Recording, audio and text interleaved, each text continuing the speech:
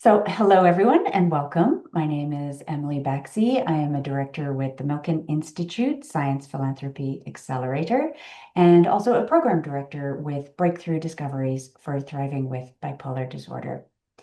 I'm joined today by a very special guest, Major General Gregg Martin. Gregg is a combat veteran, an Army strategist, and in his own words, which I just love, a bipolar survivor, thriver, and warrior. A graduate of West Point, he holds a PhD and two master's degrees from MIT and master's degrees from both the Army and Naval War Colleges. His memoir, Bipolar General, My Forever War with Mental Illness, was published in 2023. And in the book, Gregg shares his experiences with bipolar disorder and offers hope, inspiration, and knowledge that I think will be very useful for some of those who may be going through similar struggles. Gregg and I met shortly after his book release, and like many, I am simply in awe of all that he has accomplished and his incredible service to this country. In chatting, we quickly discovered that we both hold a very strong desire to address the stigma that surrounds mental health in general and bipolar specifically. And I think we both agreed that science will play a very significant role in addressing that in the future. So we're going to dive into that topic and a number of others in just a moment. But first, Gregg, a very warm welcome to you and thank you for joining us today. Thank you, Emily. It's my pleasure, and it's great to see you again. Likewise. So before we tackle that subject of stigma, I wonder if you might share just a little bit about your early career and how living with hyperthymia, which is not a form of bipolar, but rather is considered more of a consistent state of sort of high energy, enthusiasm, optimism. How did that age you? Could you speak a little bit about that? So, unbeknownst to me, I was living on the bipolar spectrum pretty much my whole life. And it manifested itself early on with this, what they call a mood temperament called hyperthymia, which is a near continuous level of mild mania. So it's not classified as a mental illness. It's almost like going up the glide path towards mania, but not at that level. So what hyperthymia did for me was it gave me extra energy, drive, enthusiasm, creativity, problem solving skills, all these qualities that elevated and boosted my natural talents and abilities. It made me sort of a superstar performer from, as far as I can remember, from high school through West Point, through my years as a young officer in the Army. And they really accelerated and made me better. You hear about hypomania, low level mania, which is episodic rises into this modest mania that increases enthusiasm and concentration and drive and so forth. I essentially was living with a state of near continuous hypomania. And it was almost all upbeat. It didn't have the irritation or the agitation or the anger that often characterizes hypomania. It was almost all upbeat, positive, helpful. So I think it really aided and helped me to achieve a lot of what I did as an Army leader. It's really incredible. I mean, it's sort of a superpower in a way until it wasn't. And the journey to a diagnosis with bipolar disorder often takes very many years, on average, 7, maybe 10. How was it for you? And could you share a little bit about the journey to ultimately being diagnosed? So I had no idea that I had any of these, bipolar tendencies or genetics or any of that. I mean, absolutely no idea. I was so successful, and the Army kept promoting me and, writing on my reports that I was, the best officer in the whatever, the battalion, the brigade, what have you. Um, but I did, again, unknown, unrecognized, I did, in retrospect, start getting closer to the DSM official diagnosis of mania. I started as I went up that glide path of hyperthymia, my behavior, again, looking back now, started to get more and more sort of manicky, more in the category of mania, although I didn't ever cross that DSM threshold. But when I went into the Iraq War, and this is in retrospect, the Army Medical Department and the VA, they asked a question: how did this 58-year-old two-star general get diagnosed with bipolar disorder in 2014? That was their question, because that was pretty late. I was a pretty high achiever compared to what they were used to. And at that point, I had been into full-blown mania, really had lost my mind, had plunged into deep, crippling depression, was terrified with psychosis. And so I was essentially correctly diagnosed in 2014 at age 58. So they went back and said, well, what happened to this guy? And their conclusion independently was that the Iraq War was the trigger point for my official DSM diagnostic bipolar disorder.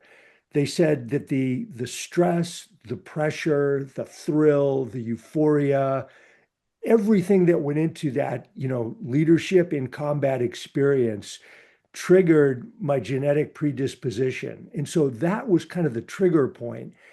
And it was really interesting because, I'd been in the Army for pretty much my whole adult life, trained for war, for combat. And then in 2002, I got assigned to be a brigade commander in charge of thousands of soldiers. And we trained intensively, the planning, the operation, the logistics, the administration, the medical stuff, the combat operations. And then we went from Germany to Kuwait. And so during this, we were under tremendous pressure and stress, especially the leaders. And then we trained for months in Kuwait, in the desert of Kuwait.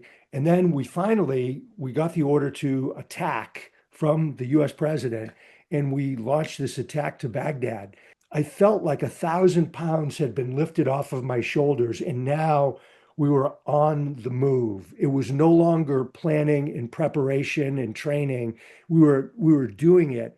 And I elevated into this state of high performing mania where I felt like Superman.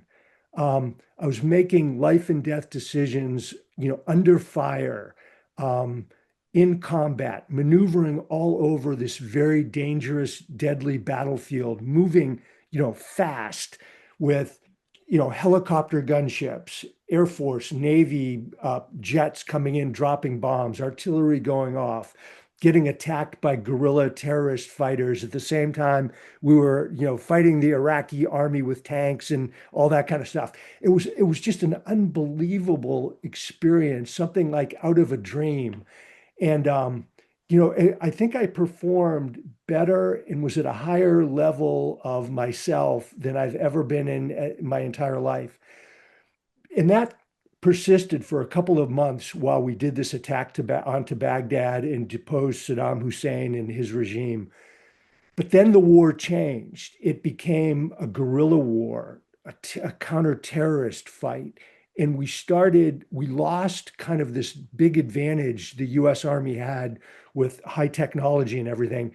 And we just got enmeshed in this, we got swallowed up in a hostile Iraqi environment where we went from being the liberators to the occupiers, and we started getting hit with terrorist attacks, guerrilla warfare, started losing more and more soldiers. I started cycling between extreme mania and then rage, depression, psychosis, and I was spinning just in this wild state during the year in Iraq. But, the performance was good. Everything went, pretty well for me. But I went home to Germany and I fell into terrible, crippling depression. And so all of this over the next 12 years was higher and higher mania, deeper and deeper depressions, but it was all unknown, unrecognized, undiagnosed until I spun completely out of control 12 years later and was essentially in a state of, manic insanity. And I was fired from my job, forced to retire, and then hospitalized. And that's when I finally got the correct diagnosis of bipolar disorder type 1 with psychosis. That's an incredible journey to go on before reaching the point of diagnosis and clarity. So you could move forward, and start to investigate the treatment options that were best for you and really move into an area where you could again reclaim your ability to get from life what you wanted. You were touching on this a moment ago, but when you were in Iraq and leading the 130th Brigade, Engineers Brigade, there was a story from the book that I found really amazing. And it just showed me the pressure that you were under, but also your incredible skill and expertise to navigate through it. So it's the story where you were trying to ready an airway for US troops to come in and land. And if I understand correctly, the mission was to clear this runway of rubble and there were cars and junk and explosives on that runway. You had to clear it. You had about 12 hours to do that. And also, there was unexpected enemy fire. The ability to get through that requires so much cool composure, strategic thinking. And you did it. And, you made this feasible. I just wonder how it feels to compare navigating through a very physical situation like that versus battling a mental health disorder and how you feel able to sort of bring energy and skills to tackling that. What a fantastic question. And it just brought me back. I mean, I can see that day and the airfield and, all of the obstacles and rubble and explosive hazards and on that airfield. Um, it was just an incredible experience. And it seemed like every single day in combat, there were, many examples sort of like that one, which came to mind for the book. Um, and then comparing it to the battle, the struggle of understanding and dealing with really severe bipolar disorder, which again, I didn't know I had until much later. I would say that, the mission in combat is it's fluid, it's dynamic, it's dangerous. It requires the ability to visualize what's going on in front of you, around you, understanding that what you see is only partially accurate. There's things you can't see, there's dynamics that are going on. The enemy may be hiding or sneaking around or getting ready to counterattack. And putting everything in the reference of what is the mission? What is our big Army organization? What are we trying to achieve? And why are we trying to do it? And so that particular airfield mission, our mission was to move a couple hundred miles from Kuwait to Baghdad and then, depose the Saddam Hussein regime. And so along the way, this particular Iraqi airfield was critical to be able to fly troops and equipment and supplies and all that kind of stuff forward and to bring our wounded troops backwards to get them out of there to a safe hospital.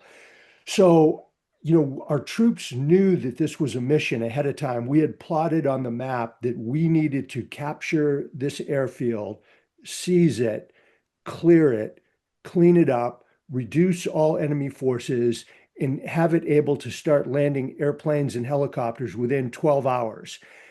And so it was already a mission that we knew we were going to have. So we had a unit that was a battalion that was already designated that they would have this particular mission. And I knew that this was such a critical mission that I needed to personally, as the commander, go look at it, see what was going on, connect with the troops, the soldiers. Are you okay? Do you have what you need? Do you need more equipment, more personnel, more anything to get this mission done? And then stay and ensure it was actually completed. And so that's what I did. On my sort of battlefield calendar, I said, I am going to stay here until I know and see that it is done. And then I can report back to my higher level commander and tell him. So there was a lot of clarity in that mission, despite the chaos and the fog of war and all of that. It was clear to me. I understood it. I was trained. I had, what I thought were the resources and the knowledge and the skill to get the job done. Later, in dealing with this forever war with bipolar disorder, it's not nearly so clear. It's foggier. It's more confusing. It's less controllable. I mean, I didn't really know what was going on in my brain. I knew there was something wrong with my brain, but I didn't really know what until I got a diagnosis. And even with the diagnosis, I didn't have complete confidence that the doctors had it right because I had gone in previously when I was in depression, multiple times, and the doctors said, "Oh, you're fine. There's nothing wrong with you." But they were wrong. So I had this doubt in my own mind. Did they even get the diagnosis right? And then they tried multiple different medications and none of them worked. And this went on for a couple of years. And then I got hospitalized, and my life went from bad to worse to extremely worse. And then I was suicidal. I had passive suicidal ideations for years with terrorizing or terrifying psychosis of delusions and hallucinations. And all I wanted to do was to die. So, in dealing with this, I know I want to get better, but I don't really know what I can do in my own mind. I'm depending on these doctors and these experts and this medication, which isn't working. And I lost hope. I didn't have hope that I could get better. I didn't have confidence in my doctors. And I just saw no future, no hope. All I wanted to do was to die. But then I look at my, wonderful wife and my kids and friends and looked at the life that I had had and what I had in front of me that, God had blessed me with all these great things. I said, but I have to get better. I must get better. And so one of the first turning points for me was when I was hospitalized at a VA hospital, dealing with a team of experts, doctors, therapists, pharmacologists, nurses, et cetera, chaplain, that I saw there was hope through an integrated team of experts who really knew what they were doing and gained my confidence that it's like, I can get better. I can work with this team of professionals. And I think the hospitalization was sort of um, the point at which I stopped getting worse. Mm. I didn't really get better until I got prescribed lithium, but I stopped getting worse.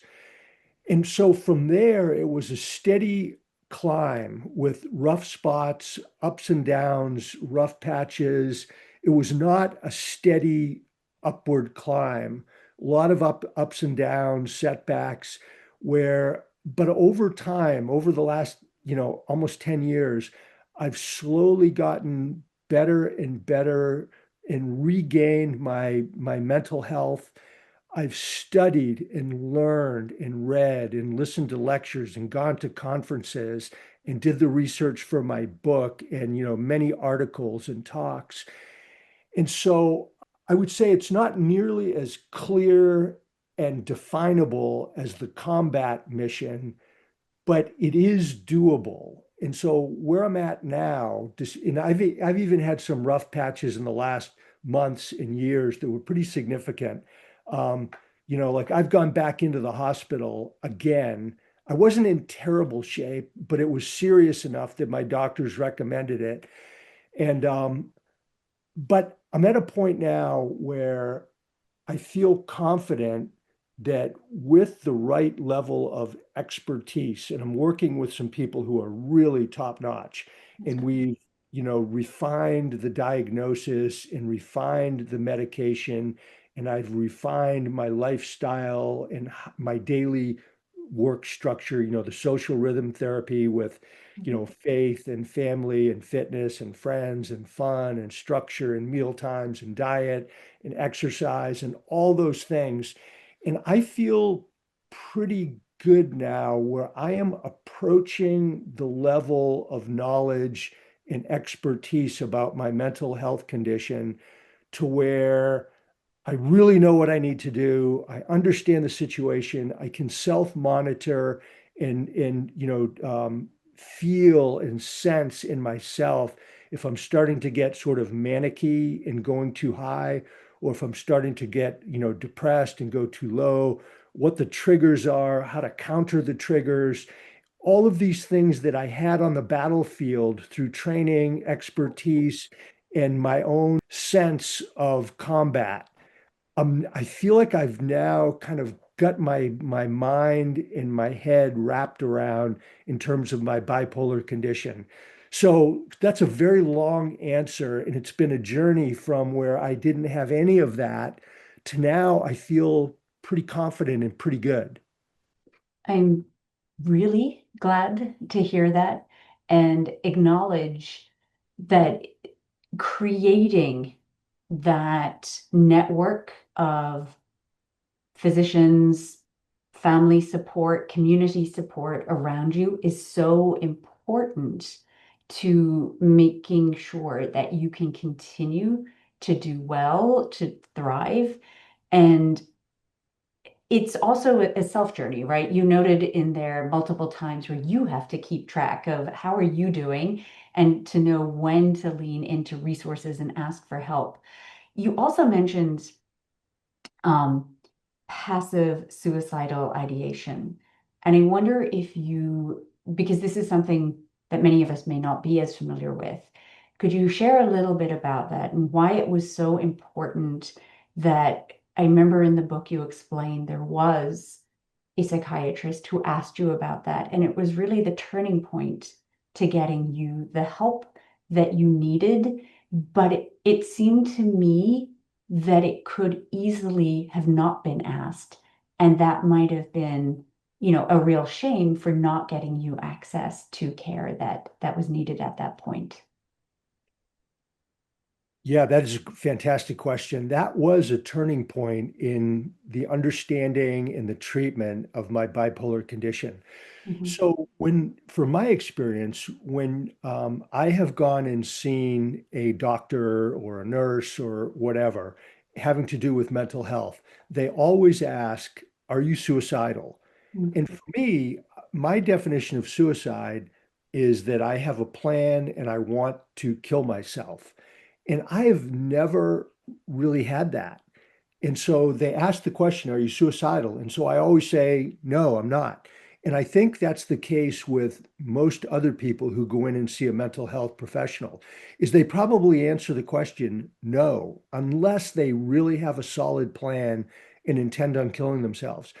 So if the answer to that question is no, then the doctor typically says, well, do you have any plan, or do you feel like hurting yourself or others?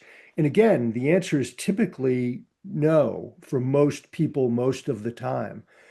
But I think it's overlooking this entire realm of what this doctor called morbid thoughts of death and dying. Because after I answered no to suicide, no to hurting myself, no to hurting others, he then asked the $1 million question, which nobody else had ever asked me. He said, "Do you ever have morbid thoughts of death or dying?" Which if you look at the definition of suicidal thoughts and ideations, that whole thing is embodied in this idea of thinking and ideating on death and dying. But it was that pinpointed, crystal clear question, which when he asked it, I said, yes, I think about death and dying like all the time. It's constantly in my mind. I see myself as being, in prison. I have these delusions that I'm in prison and I get beaten to death and stabbed to death and all this terrible stuff. I have these delusions that this invisible force grabs me and throws me under an 18-wheeler truck that kills me and, destroys my body. I have these delusions that I'm driving in my car and this invisible force steers me head on into an oncoming truck and I get, destroyed and ripped apart and killed. And so he asked for those details. And once I told him, he said, okay, this is really serious. These are suicidal ideations. Even though you don't have an active plan, they're passive ideations, which means you want to die, but you're not at the point where you want to kill yourself. Mhm. But the problem with a passive ideation is it can morph into an active ideation in the blink of an eye, and then you do develop a plan and you do carry it out and you're dead by suicide. So he said, look, this is really, really serious. I want to, I'm recommending that you go into our inpatient psychiatric ward for a while, so that we can sort through all of this. And he said, are you good with that? And I said, yeah. I said, that's just the kind of help I think I need. I would, I would love to go into the psych ward, which I think he was a little bit surprised at my enthusiasm, but I had gone 2 years in a very helpless, hopeless state where I didn't feel like I was getting the treatment I needed. I wasn't getting better. The meds weren't working. So I was like, hey, anything that will help me, I am willing to do. So yes, let's do it. I love it, and I'm glad it worked out that way for you. And I think that it demonstrates the importance of making sure that we're asking the right questions in clinical care to make sure that we're connecting the dots, getting the full story, and understanding where somebody really is. In BD squared, we are building a learning health network. And the goal of the learning health network is to make sure that we are iteratively improving clinical care. And we're doing that by gathering data from clinics, from participants of our research study, and from infusing lived experience guidance into how we think about designing and redesigning clinical care. And I think the story you just shared really demonstrates the importance of that. There are things that we may overlook that are so important to really connecting and making sure that we can offer the best clinical care possible. As you have lent into this role of being a lived experience expert in a number of different domains, I wonder if you could offer some guidance for others who might be interested in doing the same. This particular point of asking that question is really super important. And I would recommend as a, expert by lived experience that Mhm. in treating patients for any kind of mental health, that the doctors and nurses and professionals go beyond that opening question of, are you suicidal? And they ask pointedly, do you have morbid thoughts of death and dying? Because that really uncovers this idea of passive ideations, which I would be willing to speculate that many, many people have, and they're being tortured by them. Um, so here's what I would say in terms of my advice or thoughts to people with lived experience. Um, it's terrible. I feel awful that you have these mental health conditions that are very, very tough. They're very, very challenging, et cetera. I feel bad and I wish you didn't have these challenges. But the fact is, you do. So you have to ask a question. What am I going to do with this You could call it a challenge, could call it a gift. What am I going to do with it? Am I going to keep it to myself, or am I going to use it to help other people? And so I made the decision, I am going to look at this and try to turn lemons into lemonade. And I don't want to sound, like I'm looking at life through rose-colored glasses or I'm Pollyannish about this, but all kinds of people have all kinds of different challenges. And so if you can capture your experience, your lessons learned, share it with other people, be part of this broader dialogue and conversation that's going on, because the professional, medical, scientific people like you, Emily, and like many, many others are genuinely interested in capturing and having a conversation with people with lived experience. So I would say get into the conversation, be a part of it. And, this whole idea of mental health conditions, it's very complex. It's very difficult to understand. It seems to be more complicated to understand and get our experts to, clearly understand it and diagnose it and treat it than many other more physically oriented diseases like diabetes or cancer or heart disease, because we're dealing with the brain, which is so complicated and it's not that well understood.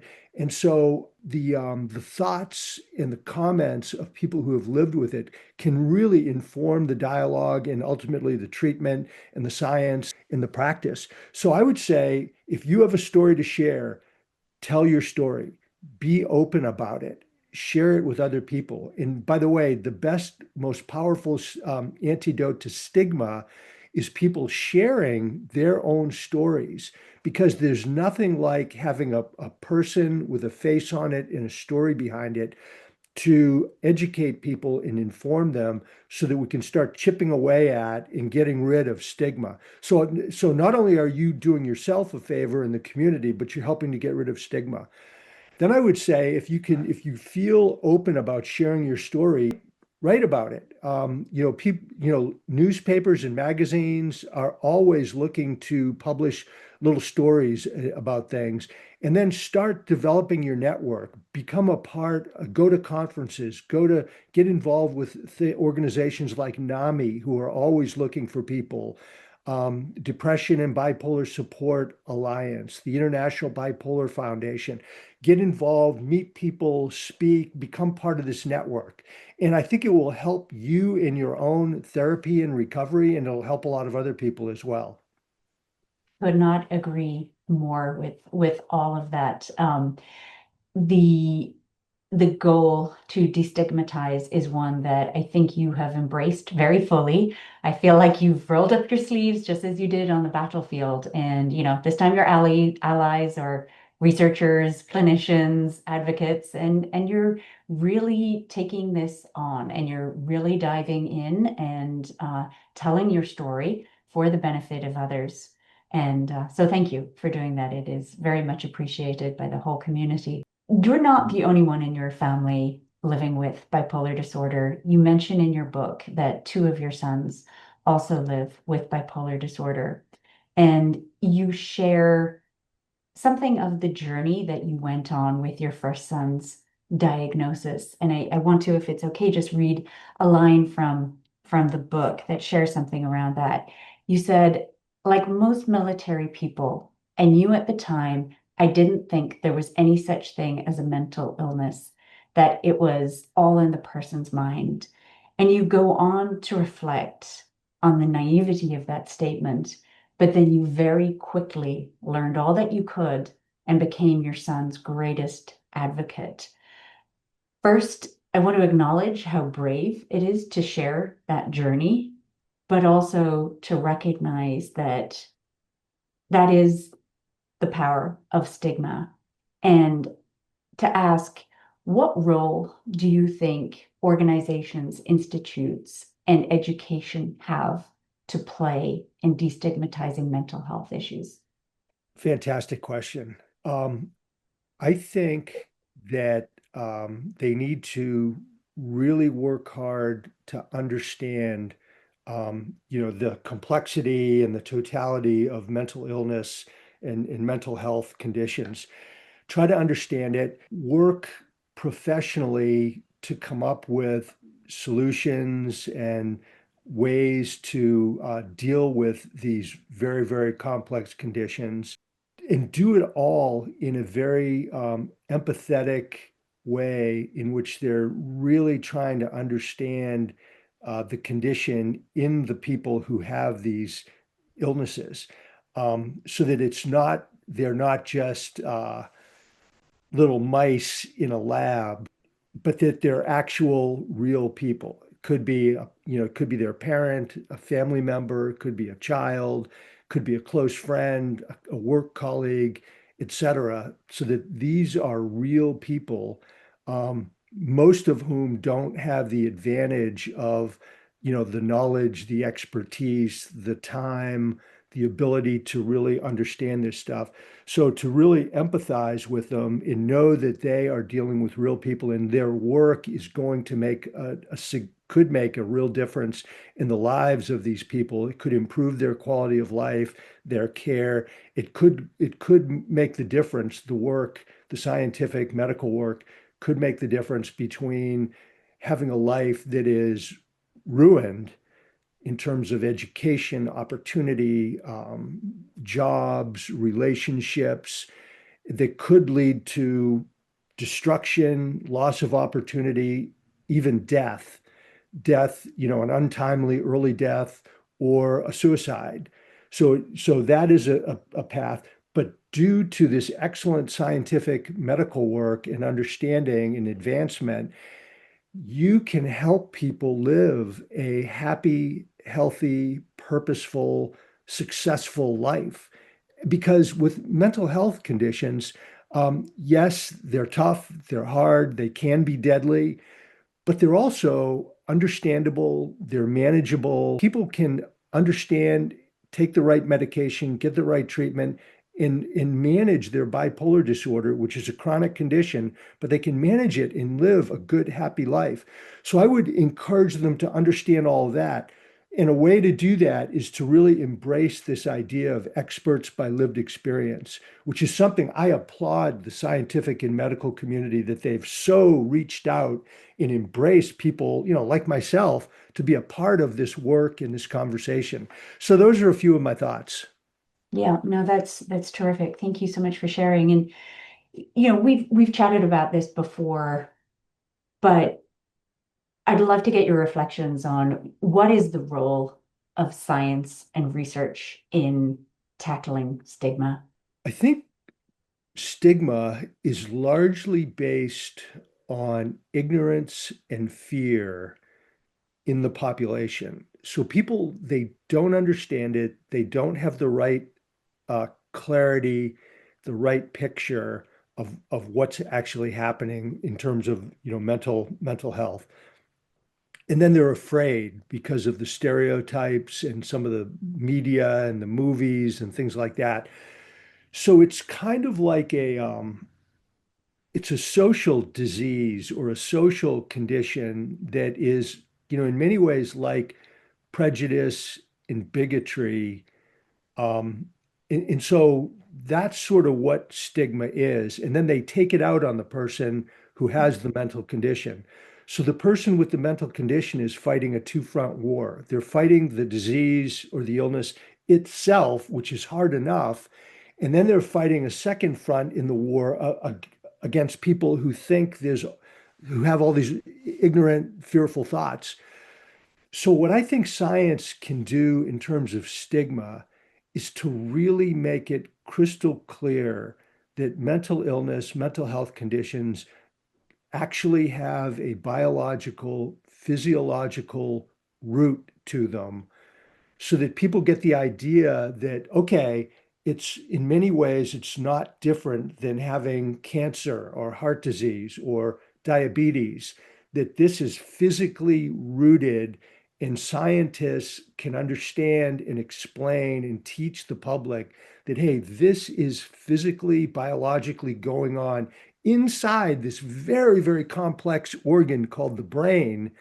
And so it's, don't blame the person suffering from the condition, understand it, and then treat it objectively and empathetically and help the person instead of discriminating against them.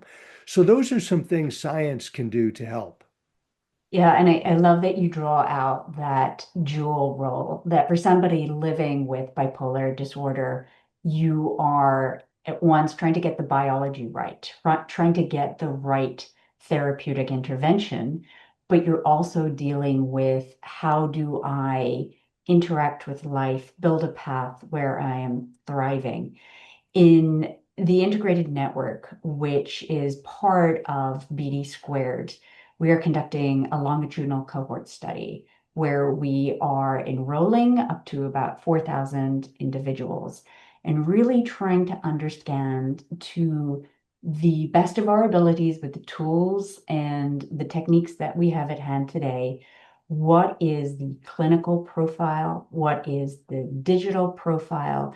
Putting it all together so we can understand what are the reasons for the heterogeneity with bipolar disorder. We know that, you know, people have very different experiences living with bipolar disorder, and that can vary throughout their own lifetimes very significantly. So we're really trying to understand what are the biological mechanisms that may be responsible for driving this. So we're, really trying to extract and build a solid picture of the biology so that then it, creates a path of understanding, also potentially opens up doors for new therapeutic development. But on the other side of that, our mission is that all people with bipolar thrive. And so to really meet that mission, we're making sure that we fold in lived experience and prioritize what is important right now to somebody living with bipolar disorder. So fold it into how we follow and track in this study are lots of different assessments of quality of life and well-being. So we can begin to understand how is somebody really thinking about reaching their goals and being their best self at any one time. So I think it's really important to recognize that there's sort of that duo that you mentioned. It's chipping away at the biology. It's understanding what is driving this disorder, but it's also making sure that at a human level, we are really doing what we can and building communities that are supportive. Um, we only have a few minutes left, so maybe we will go to our final question. And because we may have a few clinicians and researchers listening, um, who are conducting bipolar disorder research, I wonder if you could take a few minutes and think, share what would you like them to know about your journey, about your hope for where science and medicine will bring us in the next 5, 10 years. I would like if science could determine genetically if a person has the bipolar gene or the propensity to develop bipolar disorder. And I would like that because in my case, I'm now very certain that I was born with this genetic predisposition, whatever it is. And as I learn more and more about the condition and the treatment and what can be done and the early warning markers, I actually think my hyperthymia could have been detected fairly early. And not that you want to do anything about hyperthymia because it is such a blessing in so many ways. But as I started to move up that spectrum towards actual mania, I wonder, could low dose lithium have taken the edge off of that and, not prevented me from being energetic and enthusiastic and driven and creative, not to that level. But what ended up happening is that the hyperthymia at some point became some kind of mania, maybe not definable by the DSM standard, but it was clearly, in retrospect, I was exhibiting manic type behavior, which wasn't helpful. It went beyond just healthy enthusiasm and drive and energy. Could low dose lithium have sort of taken the peaks out of that movement towards mania, which over time became destructive, and then it became full blown mania, and then I became, a maniac, for lack of a better word, and got fired and could have really destroyed myself, my marriage, my family.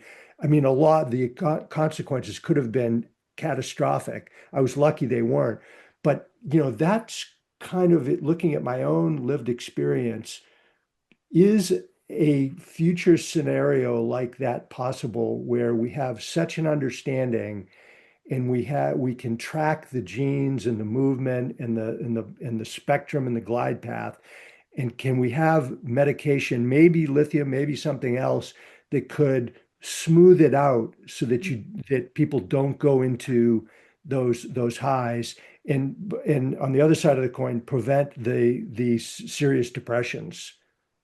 You're describing a scenario almost like, in cancer, if women have the BRCA gene, they may undergo a, preventative mastectomy. And that really, is at least there's the decision there that can be made. A future potential space in psychiatry is if we understand the genetics and you have those genetic predispositions, then maybe you can step in and make a decision. Is there something, an intervention that could help you from transitioning further along in your circumstance? Well, let's hope that we can achieve clarity in the science so that we enable more decisions and more effective treatments in the future. Great. Thank you so much for your time today, for sharing your experiences, for writing just a beautiful book that recounts not only a fantastic career, but a journey through mental health and mental illness, and really has so much guidance and advice to offer for many. In the blog post that we share with this, we will certainly include a link. But again, thank you so much for your time today.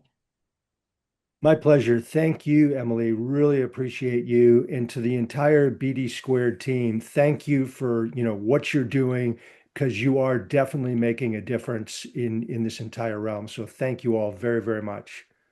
Great. Thanks, Greg.